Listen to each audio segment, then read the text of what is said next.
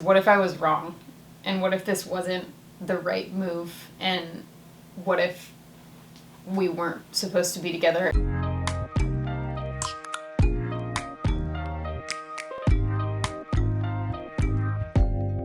Open up, you open up. Hi guys, I'm Hannah. I'm Sadie. And we're not straight. We have just looked at our last video. Not our last video. We have just looked at our video from 1 year ago. Yes. And realized that we have been in this pandemic for 1 year, which everybody's talking about. Mm-hmm. But that our lives and our relationship have changed so much over the past year. Mm-hmm. And a lot of it has been incredible due to us spending 24 hours a day together, and we love each other, and it is like a sleepover 24/7. But some of it's been really hard, and it's been a struggle, and we've changed as a couple because of it. Yeah.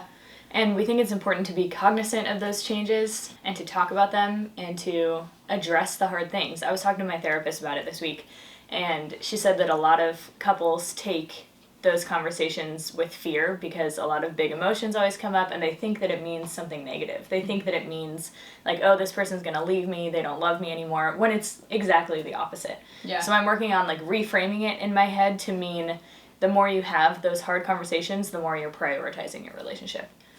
So, in the spirit of being real with you guys, as we always try to be, we wanted to share some of the things that we have struggled with. We've shared a lot of the joys that we have in our relationship, and those are all very real. None of it's fake. Yeah. But we wanted to be honest about the fact that like this isn't like a YouTube, Instagram perfect relationship, and we're not trying to make it seem like that. Yeah, even though it might seem like that. Even though it might. And we get thousands of comments saying how beautiful we are and how amazing we are. Yes. And how perfect of a couple we are. Yes. Yes. So here's a little bit of a behind the scenes look at what we've been talking about. What's been hard for us in the last year. Yeah. One thing that has been really unique for us in this relationship is the fact that the two of us are in a relationship with a woman for the first time. Mm-hmm. And the circumstances of how we started this relationship aside, massive, but aside. And if you haven't watched our relationship series, definitely check it out. It tells how we got together, and it was kind of a doozy of a situation. Yeah. So us being in relationships with women, I don't know how to say that. This being the first relationship with a woman for each of us has been a hugely challenging thing to navigate, because I love you and I want to be with you. Surprise! But there's a lot of like past relationship baggage / questions / like loose ends that I don't know how to tie up, or if they're ever going to be tied up. There's just a lot that I came into this relationship with, and I think the same goes for you in a different way. Yes. I have struggled with my sexuality a lot, especially since starting this relationship, because before, being bisexual was an identity that I took on for myself and understood to be true for myself, but I had never been with a woman before, and so it was kind of just out there, and there was nothing to challenge it or make me think about it more critically. I had kind of like set it aside in my brain because no one believed me anyway, and I wasn't with a woman, so it wasn't really like staring me in the face. What was that? It's not funny. It's not funny. It's a little funny. And since we've been together, I've had to like pull that back in to the middle and stare at it again, which is hard to do when the person you're with is also doing all of this for the first time. Yeah.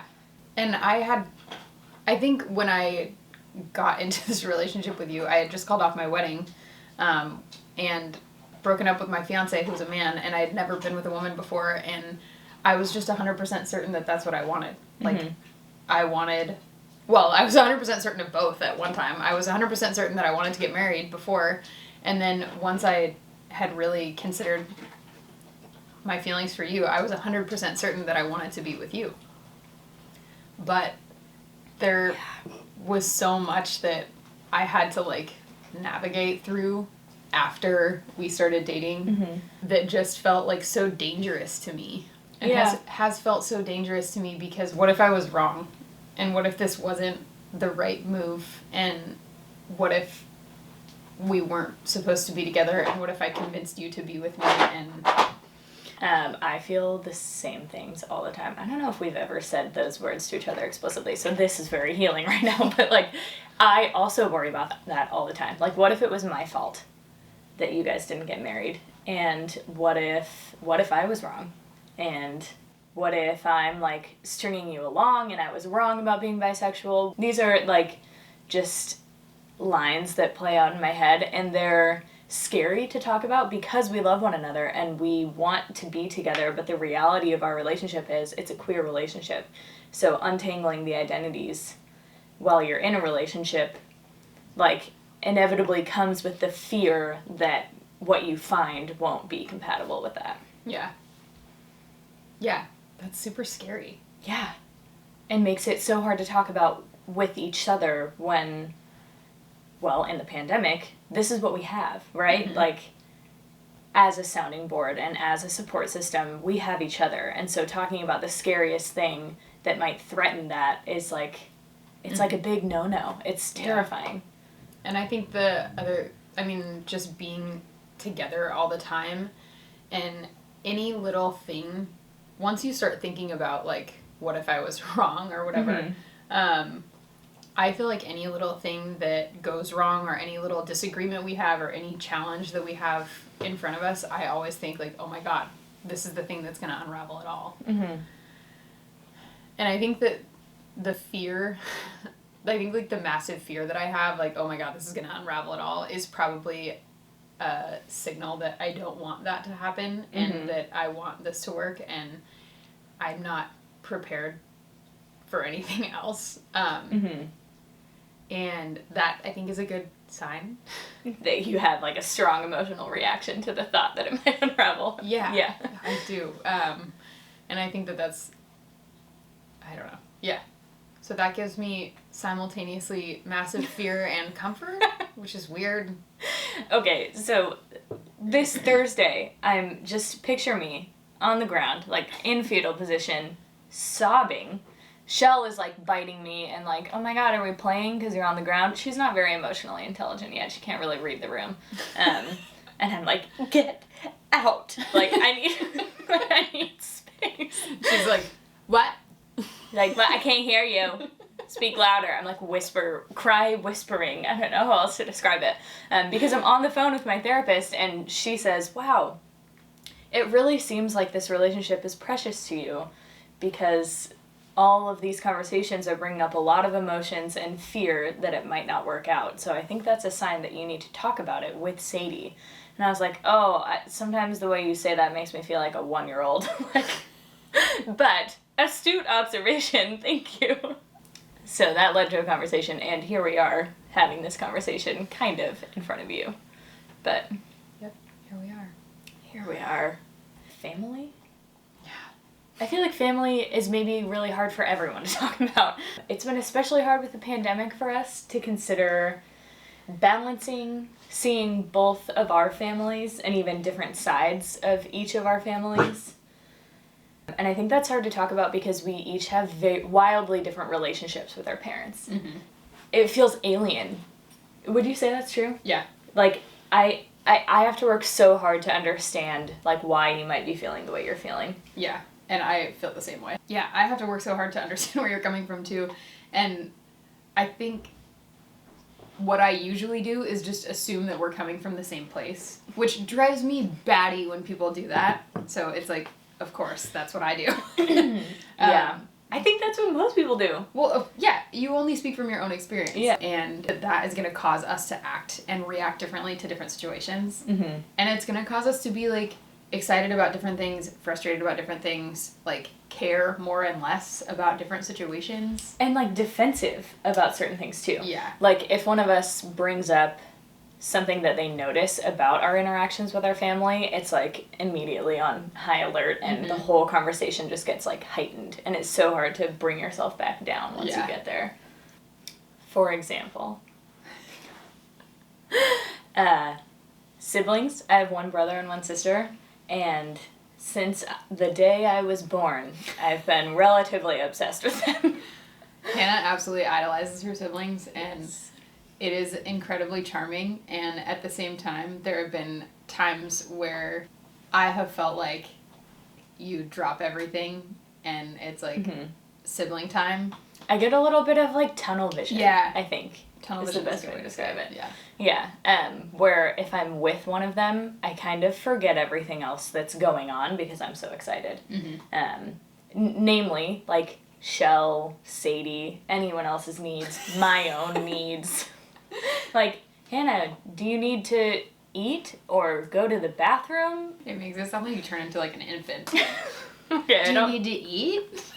You get the idea, and that's the sort of thing that used to only happen in conversation, like, on the car ride home. And then it was like, I would get defensive, and Sadie would feel frustrated because it had been the whole visit's worth of activity of us not talking about it.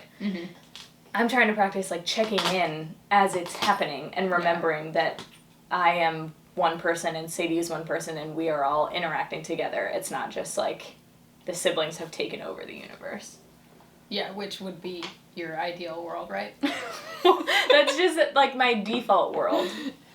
I have 2 half-siblings, but I didn't grow up with them. They're a lot older than I am, and so it is a totally foreign experience to me. I don't understand it. One other one is that you talk to your mom way more, like, frequently than I talk to my mom. And so, like, those 2 relationships being so different, it feels like when your mom calls, you just pick up the phone, like, on instinct. Even if we're, like, in the middle of something, and I'm like, wait, I feel like I haven't talked to my mom in, like, a month. Sorry, Mom, if you're watching this. I love you, and I do like to talk to you. It's just not, like, an everyday thing, you know? Maybe this is, like, a parallel, like, tunnel vision kind of thing, like, where I just kind of, like, get sucked in. I think I do have a similar relationship to my parents in some ways that you do to your siblings. I wouldn't say that I idolize my parents necessarily, or that I'm, like, I don't know, obsessed with whatever you said, I don't know. But I do think that me growing up with just me and my parents, it was just, like, the 3 musketeers, like, we were just a little crew, and so I have a hard time stepping outside of that, and, like, I have a hard time stepping outside of my emotions in my relationships with my parents, and I have a really hard time stepping outside of it to see what another person might see and how that relationship might need to change over time.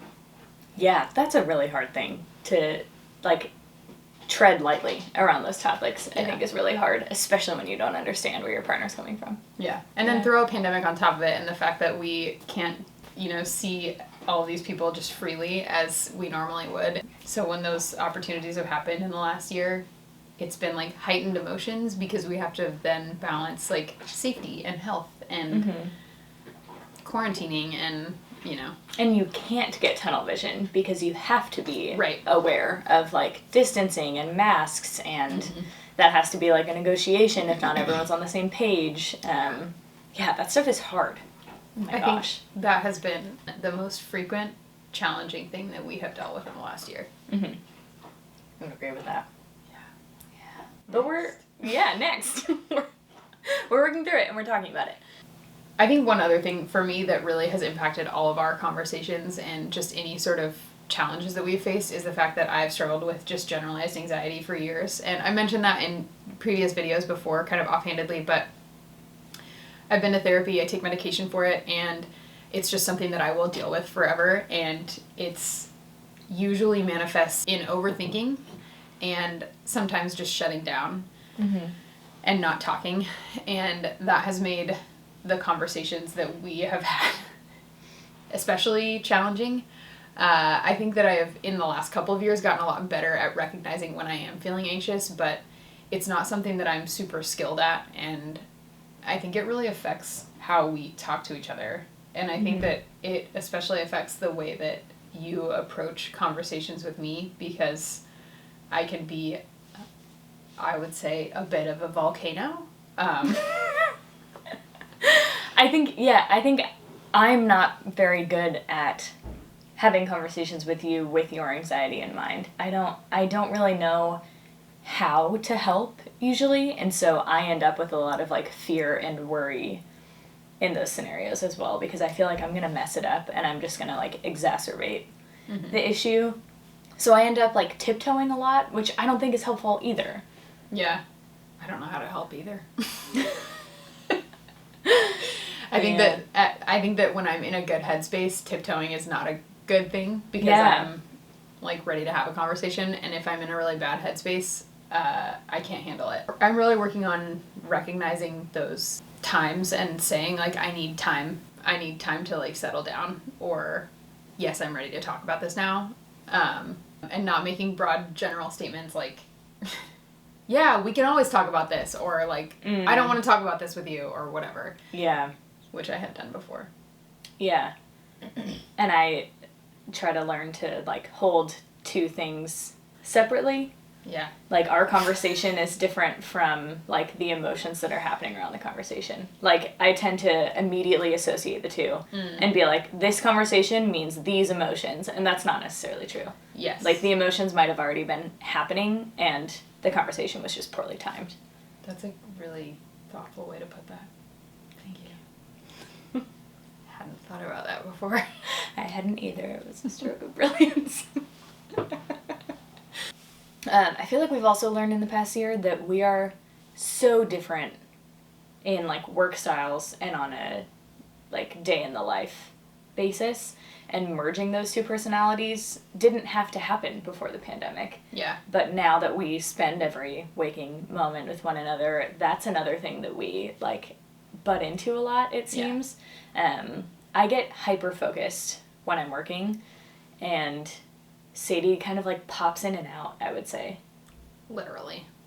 Of Yesterday this room. I walked in and I was like, it's time for your hourly distraction. It's so real, you guys. And it's funny sometimes, and it's less funny other times, because it also impacts the way we think about taking care of Shell, the way we... Taking care of ourselves, I think, even. Yes, take care of ourselves, the way we clean. Like, I am a night owl, so I do better sleeping in a little later and staying up way later. Sadie is the opposite. And those two, like, ways of being, I think that has caused a lot more disagreement than we recognize. Yeah. Those are hard conversations also, because neither one is incorrect, but we feel strongly about our own perspective and our own experience. Yeah.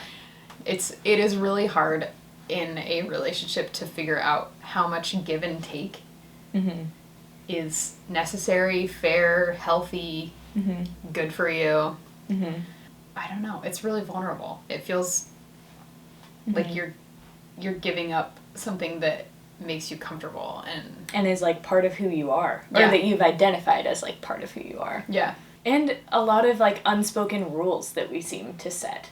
Like, if it's the morning and Shell has to go out, this seems like a small trivial one, but we run into it every day. Like, Sadie is more likely to take her outside. If it's nighttime and Shell has to go out, Sadie does not want to take her outside, and it's me. It's like little thing. You're right, I don't want to take her out. If it's the morning and I don't want to take her out, I just feel like Sadie's annoyed with me. That's just, like, the sense that I get. So those are just some of the things. Thank you guys for being here with us through the good and the bad. And it's been an absolutely wild year. And I feel like we've grown a lot. And we're happy to be here. And we're happy to share it with you guys. Yeah. And if you're afraid of having the hard conversations, hopefully you feel empowered. We're rooting for you. Yeah. Yeah. All right. We'll see you next time. Bye. Shut up. Say hi to the people. She's pretty tired.